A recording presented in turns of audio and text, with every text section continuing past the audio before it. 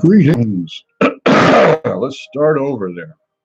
Oh, I tell you, it has been an interesting day.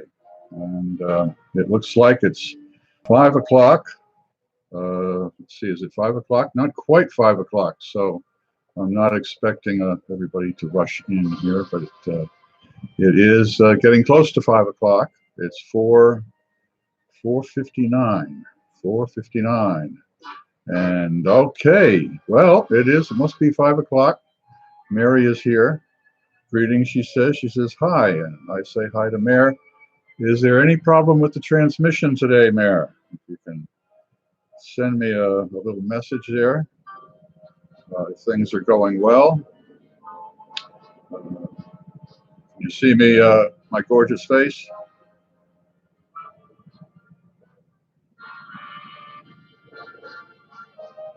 Everything seems fine to me.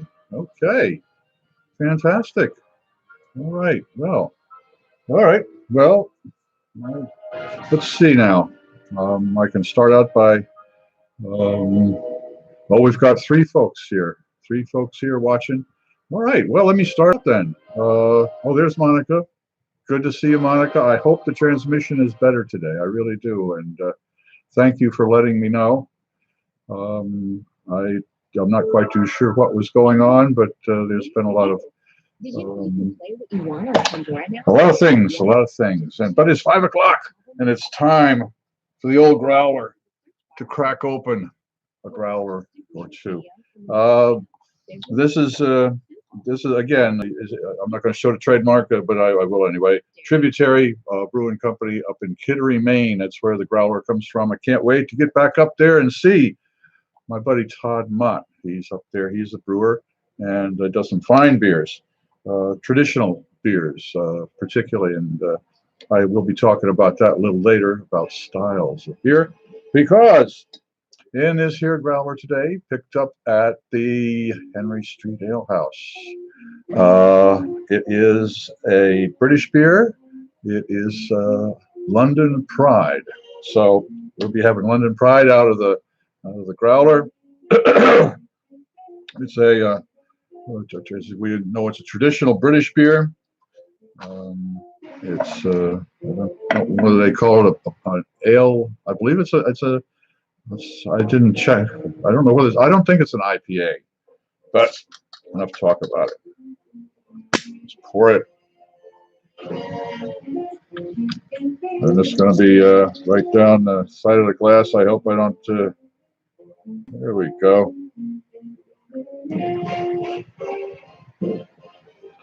Now my memory serves me right. It's for his London Pride IPA. So why did I put the top back on? To keep the fizz in. That's why. Oh dear. All right, ladies and gents, and ships at sea, and all the folks around the world.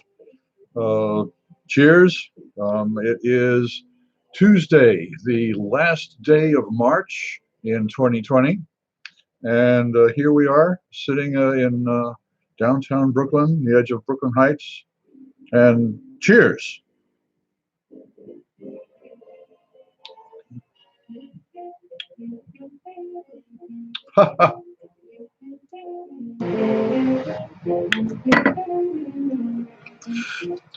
I remember now. This memory goes way back. Fuller's London Pride. Okay. I moved to New York City in 1976, and I was living on the Upper East Side. First Avenue, I think I started at 65th and went up to 90th. So it was while I was at 65th Street. No, it had to have been on 90th, because that was 3 years later. So 1979, I guess it was 1979, 1980. I'd been doing various jobs, mainly working in a restaurant, a couple of restaurants, doing some cashier work for them, and front of the house things, hosting, that type of thing. But The point is, to make a short story long, there was a bar on Second Avenue called the just I've had a senior moment. Come on now, Drake's Drum.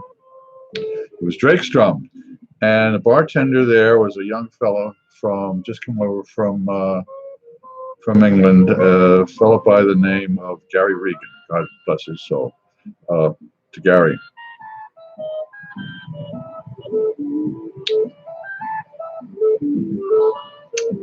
And it was there that I had my first Fuller's London Pride.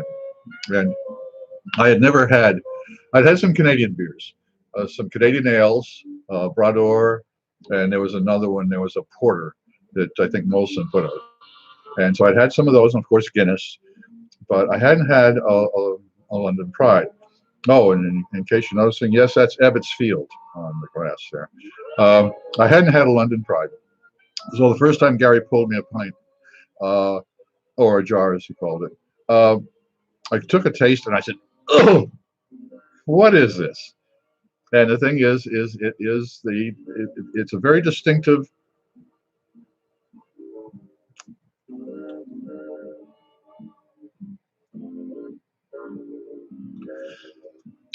distinctive almost a sour. It's not quite a sour, and it's not astringent like tannins are in wines. But if you do not know what to expect, it is a very weird taste on your mouth, and you're going, "This isn't beer." And I just had that experience right now because I have not had a Fuller's London Pride in ages, and I just had that taste, and I said, "There's something wrong with the taps." And I said, "No, Peter, back it up. This is London Pride. Think about it for a second." And all of a sudden, it clicked. So, anyways, that was I just had a flashback of, oh, geez, now it has to be 30. I can't do the math, but has to be. I've been here for 30 years, and I was in Manhattan for 10 years, so half of that. So at least 35 years ago. But boy, flashbacks happen. A beer flashback. Well, there's a thought, huh? Okay, where were we now? I've got a little bit of a script here so that we don't get totally off the track. Oh yes, styles, beer styles, and that's where I was talking about this particular style of beer, an IPA. It's kind of fun because when you say an IPA, you walk into a bar and you say, "I'll have an IPA."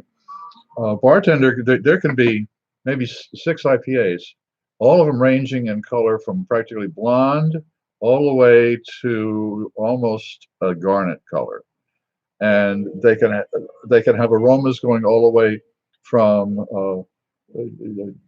almost a fistful of grapefruit juice in there, all the way through to a blackberry patch, or possibly if you smell thistle.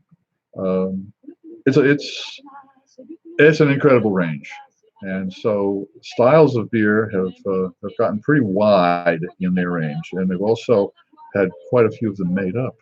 The Great American Beer Festival, when I was there in '86, maybe '87. No, it had to have been after '88. I was in Munich for the Oktoberfest, so it was probably 1991. And I think there were probably maybe 150 different styles of beer. And all of the companies that made small breweries and some of the big breweries entered into this. And so about 150 different categories, and it took, I think it was $150, $200 to enter your beer into the category, and there were certain stipulations, et cetera, et cetera. Well, I do believe that last year there were over 200 styles of beer. Now, how you managed to get 100 styles of beer created in, less than 30 years, that's kind of an interesting thought. But that has to do with the definition of style. And style has the most to do with terroir, which is a French word for the effect that the sun, the particular sun that you can get in a certain field on a certain elevation with a certain type of soil, with a certain type of flora and fauna around it. Grapes take on a certain character. They take on the character of where they are. And with beer, it's very much the same thing. The Belgians have their, particularly in Brussels, have flat fermentation tanks underneath open windows to take in wild yeast and the ambient yeast and microbes from the atmosphere to ferment their beers. And here in the United States, one of my favorite brewers, Bill Markowski, up in Connecticut, at the Two Roads Brewing Company, they're Area 2, and there's a link either up here or over here eventually when this is edited to be able to take you to find out about the Area 2 brewery. It's a very, very interesting place. But again, the yeasts that are there, the beers that are brewed there are fermented with the yeasts and with the wild microbes that come in too. They have the open fermentation tanks, and so it is very much a terroir is the style of beer. Now you can try and do a beer that tastes like, say, Phil's. Beers are going to taste different, and to me that's a fascinating thing about beers. It's how it's made, etc. Oh, that's a flashback. And it's also a flashback to remembering that after a while, London's Fuller's London Pride kind of lost its luster once some of the in New York City the contract beers started to come onto the scene, and we started to get beers from the West Coast. Anchor Steam beer for one, out of California, and let's see, Ken Grossman's Sierra Nevada. Those beers started to come into New York, and they were fantastic. I mean, it was just something that we definitely needed here on the East Coast. We're very slow to catch up. Well, it looks like I've got a couple people watching. I'm glad to see if there's two of you. If whoever's watching, if you could just, if there is a technical difficulty, let me know. In fact, just kind of punch in A-OK if you could, and that way I'll know that that I'm being seen. Let's see. Moving on from terroir to, and of course, the yeasts, the ambient yeast in any area is going to be different. Hey, I'm in, and I started Harry's, the shaving company. It's okay. Cut out once for a second, but it's fine. Thank you, Mary. Okay, thank you, Monica. Thank you both for checking in. I really do appreciate that. Thanks very much. Because it's kind of funny to be talking to or speaking to, I was going to say a dead mic, but a dead camera ensemble. So it's, be sitting here talking and wondering if someone was actually watching. So, but anyways, it's and not only the yeast has and the ambient yeast, but it makes that beer particular naturally to that particular area. It makes it it makes the area part of the beer and the beer become part of the area, because it really does. It takes on the way that in certain areas, particularly certain beers, the flavors will go with the foods of that area, because the foods of that area have certain distinctiveness to them. Either they have a penchant for foods that are smoked, and the beers will possibly have a little bit of a smoky flavor to them. Trying to think of a particular part of the world, not just a city or a nation, or where a certain style of beer is iconic. And I suppose it would be the stout in Ireland. There are particular reasons that economically and socially and the way that the history of the country and the history of the people and the whole terroir there uh, bred something called stout, and so uh, it's it's very much a part of an area. Now there are, of course, the exceptions of mass-produced beers. Now, mass-produced beers, the mega beers, um, I believe it's funny the Belgians now own Budweiser and Bev, the whole business, and it's to some people it's discouraging. To others, it's financially rewarding. Um, but I do have a smidge of a story to tell before um, I open up another beer to give a retasting. That's what we're going to do this afternoon. We're going to do a retasting of some of the beers that in the past year we have tasted at the ale house, and the bunch of us, and now it's going to be retasted by yours truly, all by himself, and we'll see if what I taste now in the solitude of this tiny Chez La France is the same type of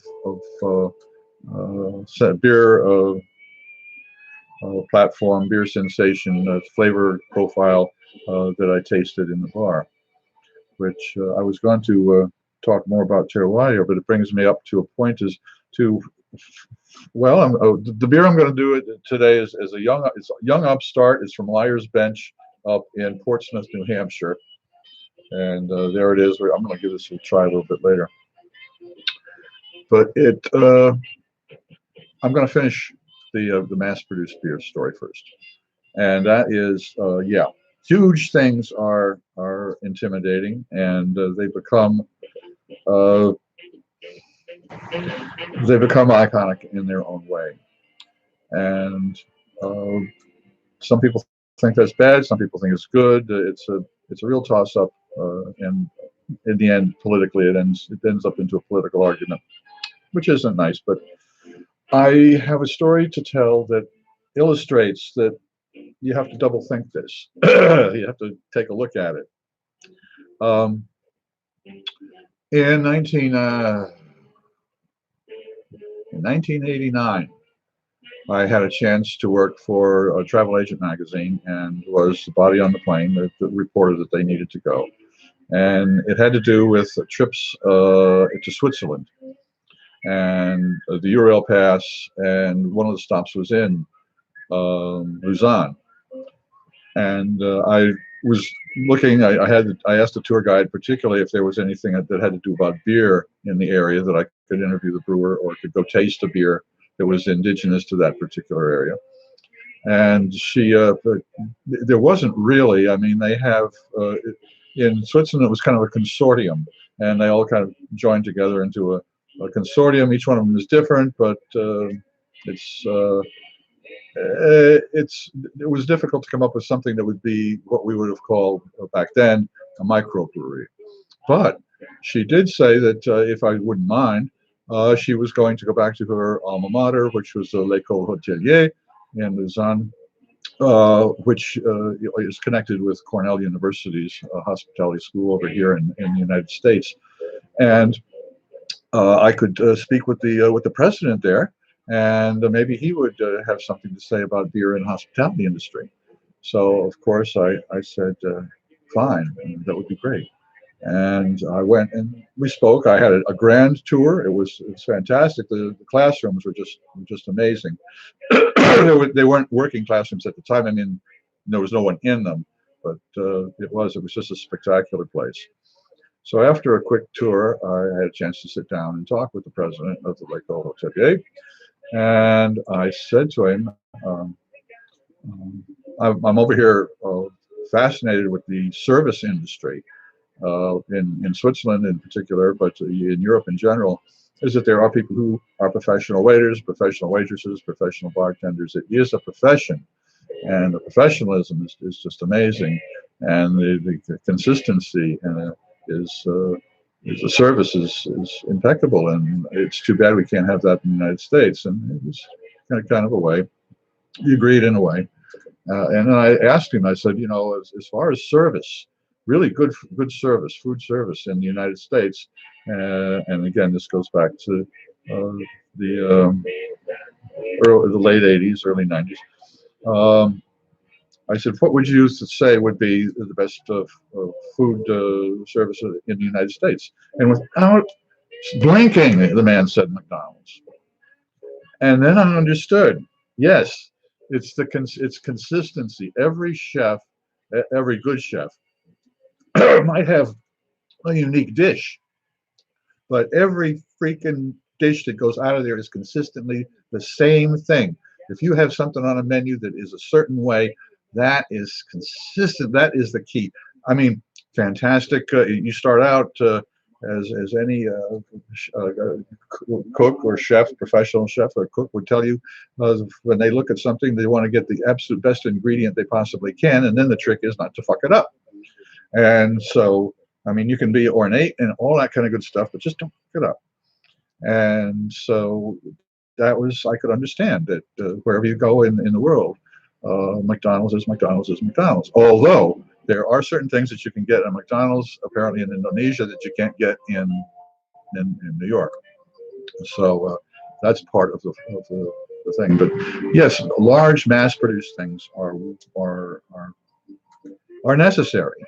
And with that, so I don't want to damn the big brewers. I mean, yeah, the terroir is important for certain things, and you expect a certain thing, and if it meets your expectations, great. If you're looking for something that'll quench your thirst quickly and is relatively inexpensive, a mass-produced beer will meet your expectations. And if you're looking for something that is more interesting or has more than just the product itself, well, then of course they're the small breweries. And if you're looking for that, well, you'll certainly meet expectations. Speaking of meeting expectations, I'm going to go right down to retasting Liar's Bench Young Upstart IPA. I picked this can up when I was up in Portsmouth, and I don't know if it has a date. I was looking on here, but it is pretty accurate here. Right here, it's got 6.6% alcohol by volume. It is an IPA. It's from Liar's Bench. And let's see. They say arrogant, we say confident. They say big for their britches, we say motivated. And they go right on down here to talk about. It's a an interesting bit of. Oh boy, they've got a whole bunch of information up here. 52 bittering units, so it's going to be a little bitter. The grain is wow. They tell about the grain on here. Golden Promise, Pilsner, Cara Malt, and Rye. Hops, Simcoe, Pacific Jade, and Citra. Okay, let's what I'm expecting. The Citra, in particular, is more of a lemony type of a hop. The Pacific Jade I'm not familiar with. The Simcoe is kind of a musty flavor. The grains, the Golden Promise, I can imagine, and the Pilsner are very light. The caramel gives a body to the beer. And the rye might give it a little bit of a bite to it. I'm hoping so. And down here on the bottom, that's what I'm expecting. And they have a little poetic stuff here. And we get down to make an IPA. It's bright and balanced. It boasts apricot, passion fruit, and pine. Apricot, passion fruit, and pine. Now I'm confused, but not too confused. Anyways, As I say, I've tasted that at the ale house, and you can. There's a link right up there, and now I'm going to taste it here, which brings me to the other bit of a story that I was going to bring up. Was that yes, I'm tasting this here in my work area, and at the other tasting was at the bar, and it calls to mind the fellow that brought the was over in Switzerland and brought no, let's say Italy, brought a great bottle of oh, a Piedmonte red, you know. Oh, it was just fantastic. They had a great time. They were on a veranda and they had a wonderful meal to go with it. And it was a fantastic bottle of wine, and it wasn't expensive. In fact, it was what the folks there in the town and at the restaurant that they were at simply said that's their vin ordinaire in French, table wine. And so he was all excited to have tasted it, and I had a grand old time. And so he gets back to New York, or wherever he is in the United States, and goes to his local wine shop. And he sees them. They've got the exact same wine. So he says, "Well, I'll take that bottle of wine. You know, boy, that's really good." And the person sells it to him, and so he goes back and he opens up the bottle of wine, and he has the same type of dish there, you know, the same type of pasta. And he pours the wine, and he tastes it, and it's not the same wine. Well, it's not the same wine because you're not having it at the same place. Where you are affects how you taste things, uh, and so it's going to be interesting to see what I get out of this. Now, it is cloudy. It is cloudy. You guys can see the cloudiness in that better than I can, actually, the way this camera is set up. Um, so it is a New England style IPA.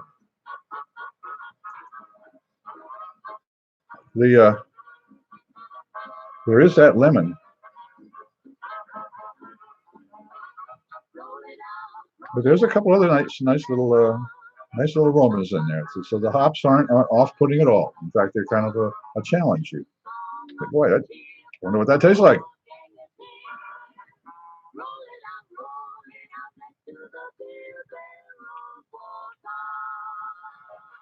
Well, pretty much what I was expecting. Not as hoppy as I expected. Um, I mean, not as astringent, pucker power as I was expecting, and I think that's balanced off by the um, the roasted the roasting of the grain, because there is certainly is a lot more body in there and than would be in an IPA that I would expect, and I'm pretty sure it has to do with the caramel, because the caramel adds a lot of body to a beer like this, and so that would certainly explain that. I'm very glad they put that on here. The Pacific Jade hop, which is a name on here that I'm not familiar with, and must be the aroma that I'm getting.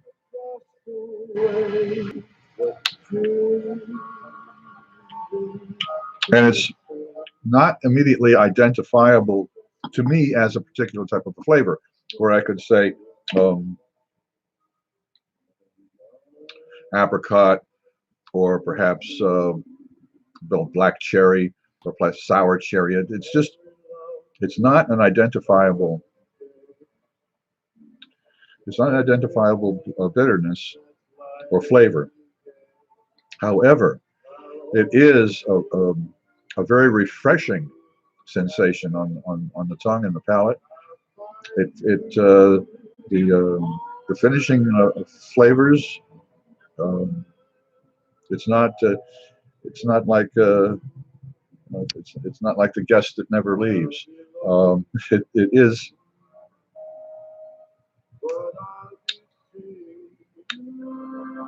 very refreshing.